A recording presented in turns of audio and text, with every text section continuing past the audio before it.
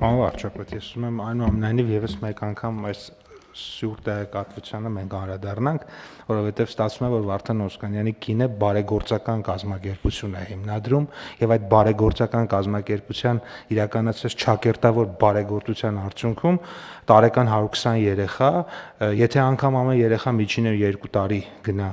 մանկապարտեզ, ապա ստացվում է 1200 դիլիջանցի երեխա 20 տարի զրկվել է մանկապարտեզ գնալու իրավունքից։ Այսինքն Վարդան Օսկանյանի եւ իր տիկնոջ բարեգործության արդյունքում 1200 դիլիջանցի երեխա ընդհանրապես 20 տարվա ընթացքում չի գնացել մանկապարտեզ։ Այս մարդկանց բարոյական նկարագիրը եւ իրանց իրականացած բարեգործությունների շրջանակը, որից Հայաստանի Հանրապետության քաղաքացիները մինչեւ կոկորտը կուշտ են։ Համաձայն եմ, պարոն Պապոյան, բայց հարգելի գործընկերներ, ես ուզում եմ մեր ուշադրությունը հրավիրել մի այսպիսի հանգամանքի վրա, որովհետև այո, այն որ մենք այսպես շեշտադրումներ ենք անում,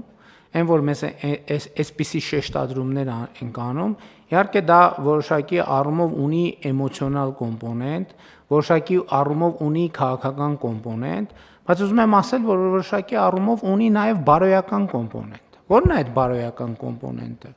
Բարոյական կոմպոնենտը այն է, ինչը գրված է նոր կտակարանում, որը ասում է՝ մի դատիր, որ չդատվես, որովհետև ինչ դատով դատես, նույն դատով էլ դատվելու ես։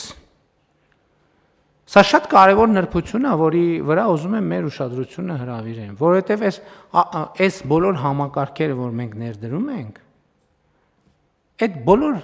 համակարգերը ներդնելը միայն նրա մասին չի, որ մենք ուրիշներին դատում ենք, այլ նրա մասին է, որ ինչ դատով ուրիշներին դատում ենք, նույն դատով մենք էլ ենք դատվելու։ Գոնե իմ ըմբռնումը այսպիսին է։ Ասենք մենք չենք կարա վերցնենք մանկապարտեզը նախկին պաշտոնյայի կնոջից եւ տանք մեր կնոջը լավ չի ինչու։ Եվ չեն կարող տան մեր կանանց, մեր երեխաներին եւ այդպես շարունակ։ Որովհետեւ միշտ մեջբերում են նոր ասում են մի դատիր, որ չդատվես, վերջակետ։ Բայց այդ նախադասությունը ուրիշ է, ասում է մի դատիր, որ չդատվես, որովհետեւ ինչ դատով դատես, նույն դատով էլ դատվելու ես։ Հիմա մենք ապօրինի գույքի բռնագանձման այդ 4 ուղղությունները, իմիջիայլոց ուզում եմ մեր դե յուրե այդտեղ 4 ուղղություն կա, համայնքային շահ, պետական շահ, ապօրինի գույք եւ քրեական գործերի շրջանակներում բռնագանձումներ, դե մենք քաղաքականապես բոլորը անունը դնում ենք ապօրինի գույք։ Կարծում եմ դա մեծ մեղք չի, որովհետեւ մենք իրավական ձևակերպումներ այս ապօրինի գույքի վերադարձի process-ը նաեւ դրա մասին է,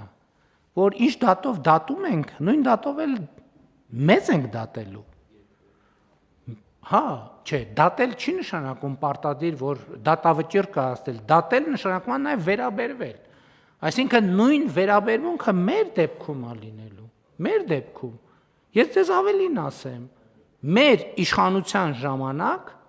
նման համակարգով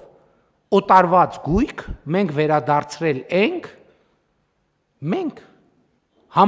նույն համայնքային շահի պաշտպանության եւ քրեական գործի շրջանակում մեր կառավարության օրոք, մեր պաշտոնյայի կողմից կայացրած որոշմամբ նմանատիպ մի գործարք մենք վերացրել ենք, կարող է դրա արդյունքում նույնիսկ այդ համայնքում, այդ թվում դրա արդյունքում այդ համայնքում ընտրությունները պարտվել ենք։ Բայց կապ չունի։ Սկզբունքը դրված է, չի կարող, մերոնք ձերոնք չկան։ Կա գույք, կա պետական գույք եւ կա օրինական գույք եւ կա ապօրինի գույք, կապ չունի։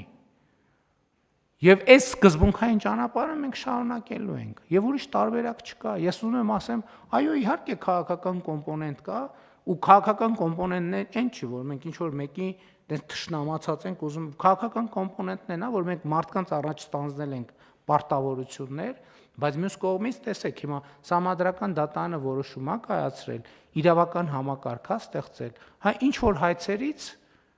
դատախազությունը կհրաժարվի եւ կառավարությունն չի առարկում, որովհետեւ եթե մեր սկզբունքը լիներ բոլոր տեղերից հնարավոր ամեն ինչը վերցնել, այսքան չենք չարչարվի, ժողովուրդ ջան։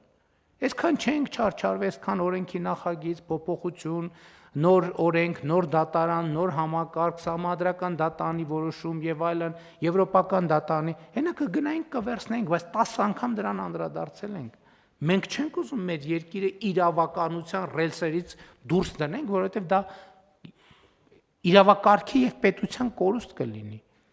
Բայց մյուս կողմից էլ մենք հետևական ենք, որովհետեւ այո մարդկանց առաջ ստանձնել ենք պարտավորությունը,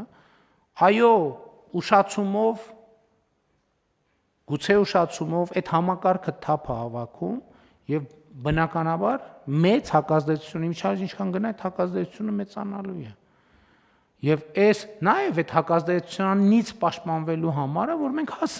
հասցեական թիրախային պետք է ասենք։ Ես պատահական օրինակը չբերեցի։ Այդ նույն ժամանակ ես գիտեի, չէ, բնականաբար ում անվան հետ է կապվում, բայց ես ոչ մի անուն չտվեցի մտածելով դե լավ դե հիմա ինչ կարիք կա ամեն անգամ շեշտել, բայց սրանից հետո տեն չի լինելու։ Ամեն անգամ շեշտելու են, որովհետև այդ մեր կոռեկտության փորձը լրիվ ուրիշ ձև է օգտագործվում, լրիվ ուրիշ ձև է մեկնաբանվում։ Եվ հետևաբար ոչ միայն իրերն ենք կոչելու իրանց անուններով, այլև իրերի հետ կապված մարդկանց էլ ենք կոչելու իրանց անուններով, որպեսզի որևէ տարընթերցում չմնա։